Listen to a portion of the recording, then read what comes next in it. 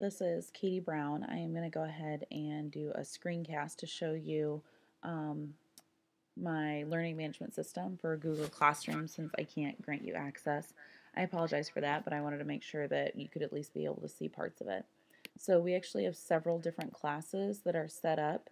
One of them is actually a class that we have that is our Brown Martin homepage. This is myself and our switch teacher. We use this when we have things that we want to make sure that all the kids are doing.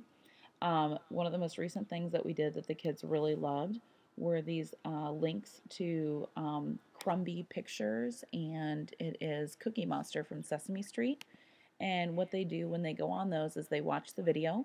They get to watch it twice. The following preview has been rated SC for self-control. And then actually all of the videos, the parodies, there's about 13 of them, all work on executive functioning issues. So there's a couple on self-control. We talked about delayed gratification, working memory, task persistence, another self-control. That one was, they kind of like that one. Focus, and then listening to directions, which I actually started out with and was a great one for the kids to do. When the kids did this, this was just done as a question. They would need to answer this. Each of these questions was set up, so there was something where they had to have comprehension of the video. There was another one where they kind of looked at the specific strategy, and then the last one usually was something where it was application. So how could they take this skill and then apply it to their own life? These were done as questions, and we went through and we would check and see how the kids did on those. The next link I'm going to show you, I have literacy and social studies sites set up for both of my classes that I have. And then I also actually have access to the library technology classes so I can see when they work there. Then as I go through, I'm going to click on my literacy. This is my homeroom class, their literacy site. As you look at this, we've done a couple things. I know one thing we needed to do was a survey of some sort. So we have been doing Class Dojo. And when we did Class Dojo, one thing that the kids really wanted to make sure and do is that they were able to pick out their class goal. So I created a Google form for that they were able to go in and take a survey.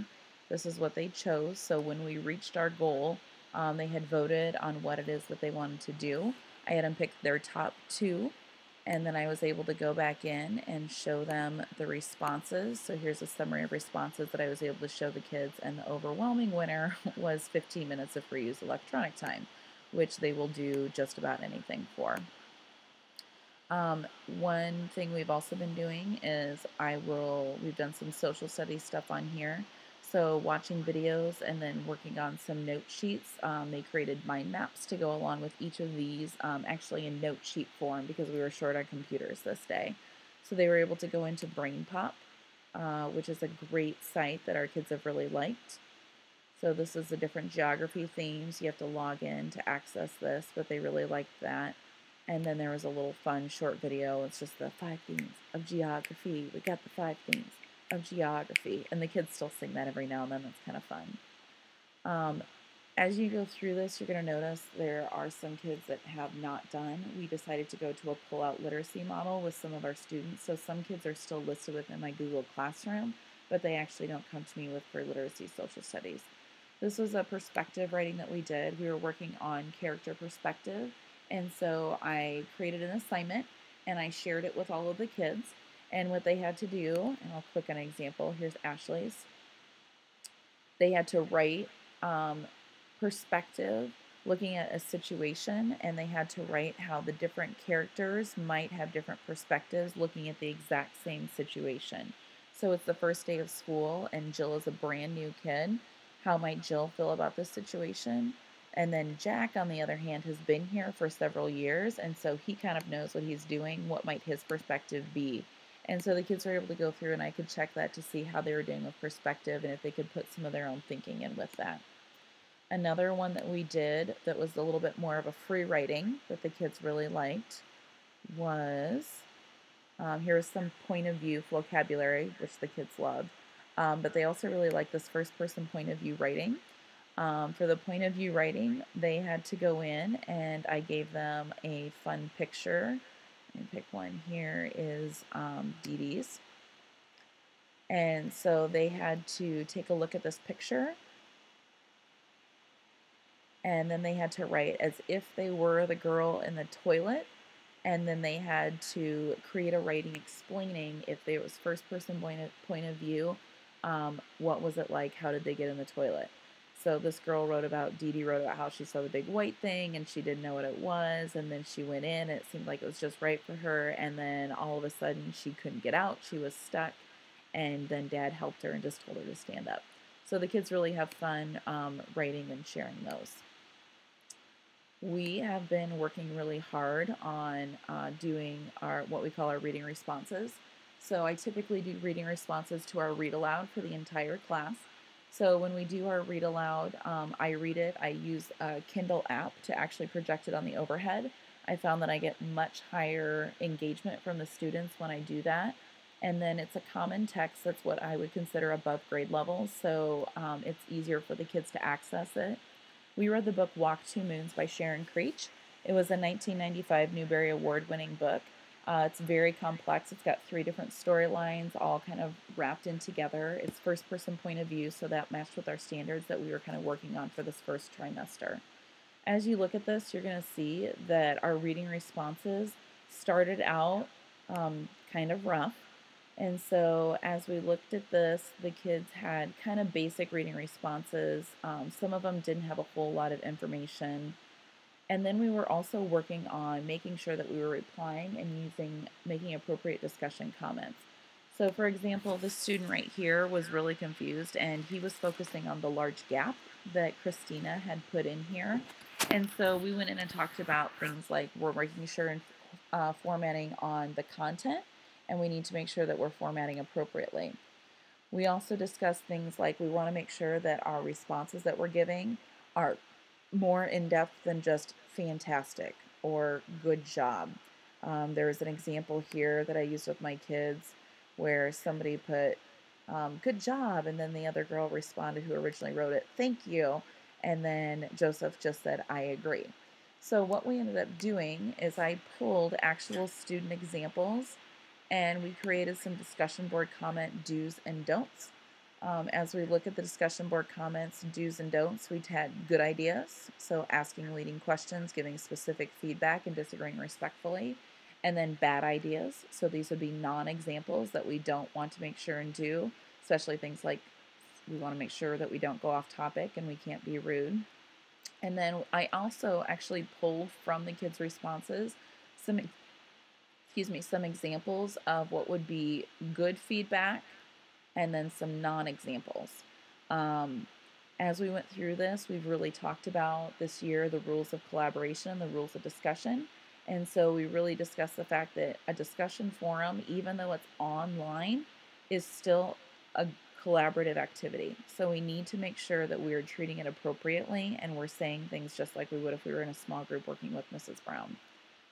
As I get out of here, we're going to go back. As you look, you can see that we started to get much more in-depth responses from the kids.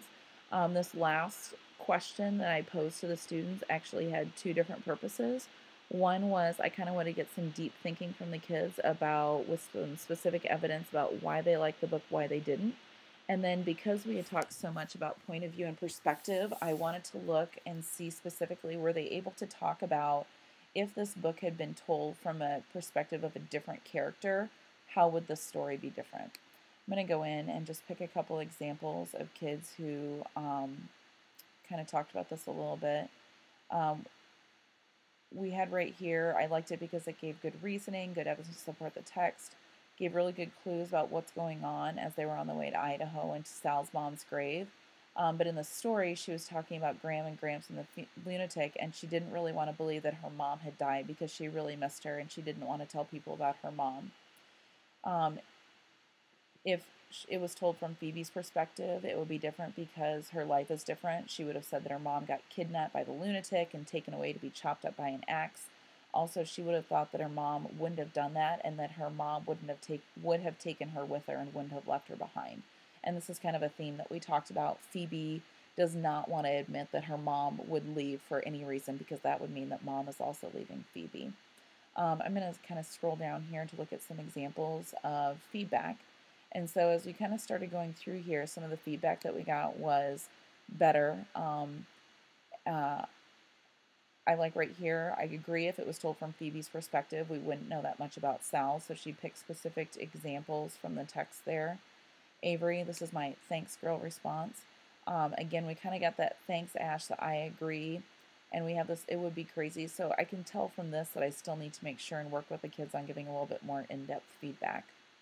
One thing that's been great is our technology teacher actually took the rules of discussion and or the discussion board comment do's and don'ts, and she's actually been using that with the kids in the class as they do their discussion every single day. I'm going to skip to a different class so I can kind of show you the in-depth response. There was one student from my other section that had a great response, and what I really liked about her response was, here's Maddox's right here.